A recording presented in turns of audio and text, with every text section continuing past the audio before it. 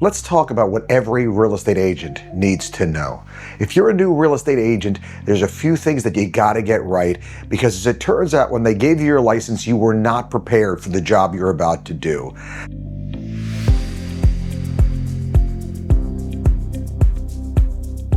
First thing you gotta know your contract. If you don't know your contract backwards and forwards, you're a liability to your customers because you're asking them to sign something that you don't fully understand. They can ask you a question, and immediately when you don't have clarity for them, your integrity is out the window. You can't let that happen to you. So you must not only know your contract, but you must know it well enough to be able to explain it and know where stuff is. I know that can be a really big undertaking initially. It seems daunting, but it is well worth it in both the clarity that it gives your customer and the confidence with which you can use to talk about your contract, and the peace of mind you have in knowing that what you've asked them to sign is exactly what it is they were looking to do.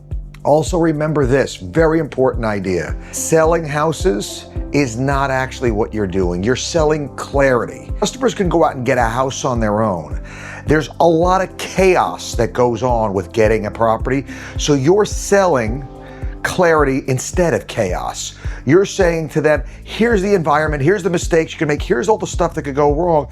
You need to take and give them clarity, and you do that by understanding what's going on, and not only understanding it, but spending the time to put together a clear, cogent explanation of the market and the environment that they're in. So right now, Mr. and Mrs. Buyer, the market is, we're seeing this trend in supply. We're seeing prices are doing this. We're seeing this is what's happening with interest rates, and this is what this means going forward with you. This is how competitive the market is gonna be for you to get a property, and this is the kind of offer that you need to put in. This is the way that you're gonna get a competitive advantage.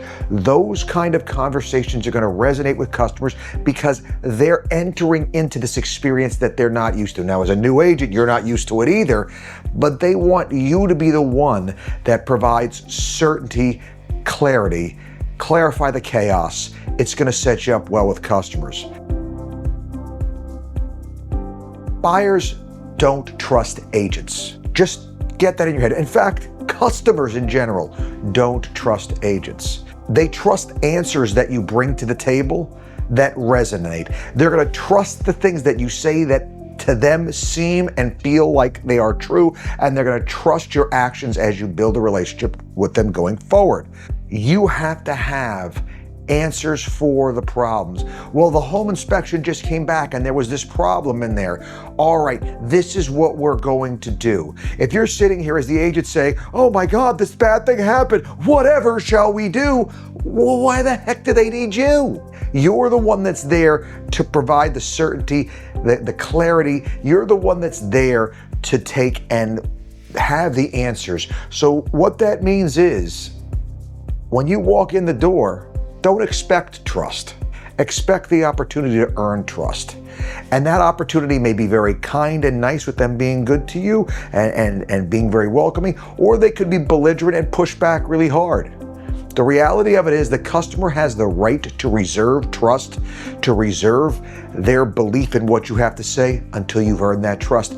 Expect to have to earn it.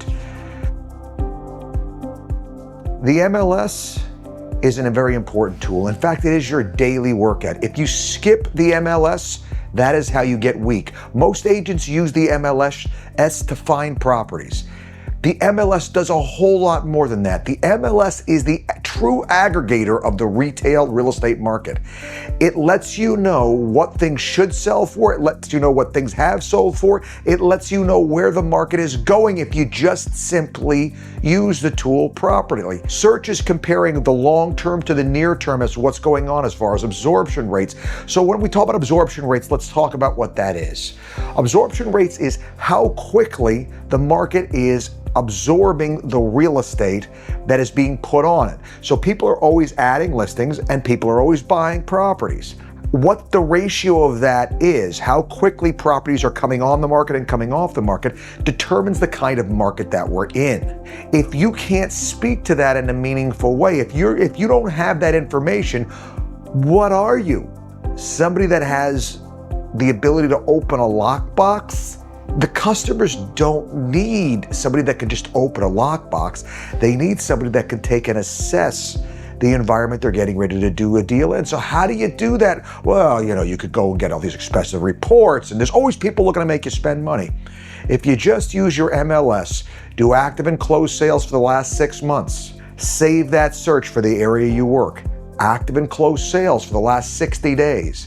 If you just compare the absorption rates, the way to do that is the number of closed sales over the last 6 months divided by 6, so that you find out how many closed sales that you have per month, and do the exact same calculation for the last 60 days. So closed sales for 60 days divided by 2, for the last 60 days divided by 2, it's going to give you your absorption rate for the last 60 days. You compare those two numbers to see whether the longer term and the shorter term have the same absorption rate. If the absorption rate is higher in the last 60 days than it was in the past 6 months, that means that the trend is for more sales to happen.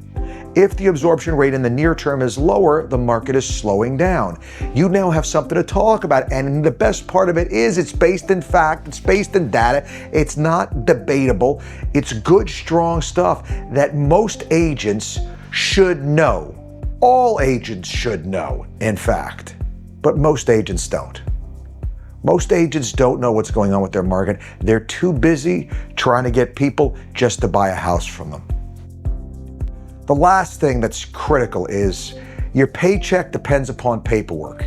You got to know all of it. We talked about the contract, the addenda, all that sort of thing, but there's several bouts of paperwork that come in. There's forms that are needed. The municipalities sometimes have documents that they need you to put in, the associations. One form missing, one document, one signature missing is enough to stall, stop, kill a closing, kill a deal, and lose you that customer that you've worked so hard to build to this point. Doing the work to make sure you understand all the paperwork that's required for the particular deal that you're doing is critical. There are 3 core competencies that you're going to need as an agent. Never forget these, always focus on these. These are the things that will make you better as an agent. You need to know how to negotiate. You need to know how to take and get the right values for properties. You need to know how valuation is done. And you need to understand the investment value of real estate. If you do those 3 things, you've set yourself up to be a great asset for your customer, to always have something to talk about, to make you relevant in any market.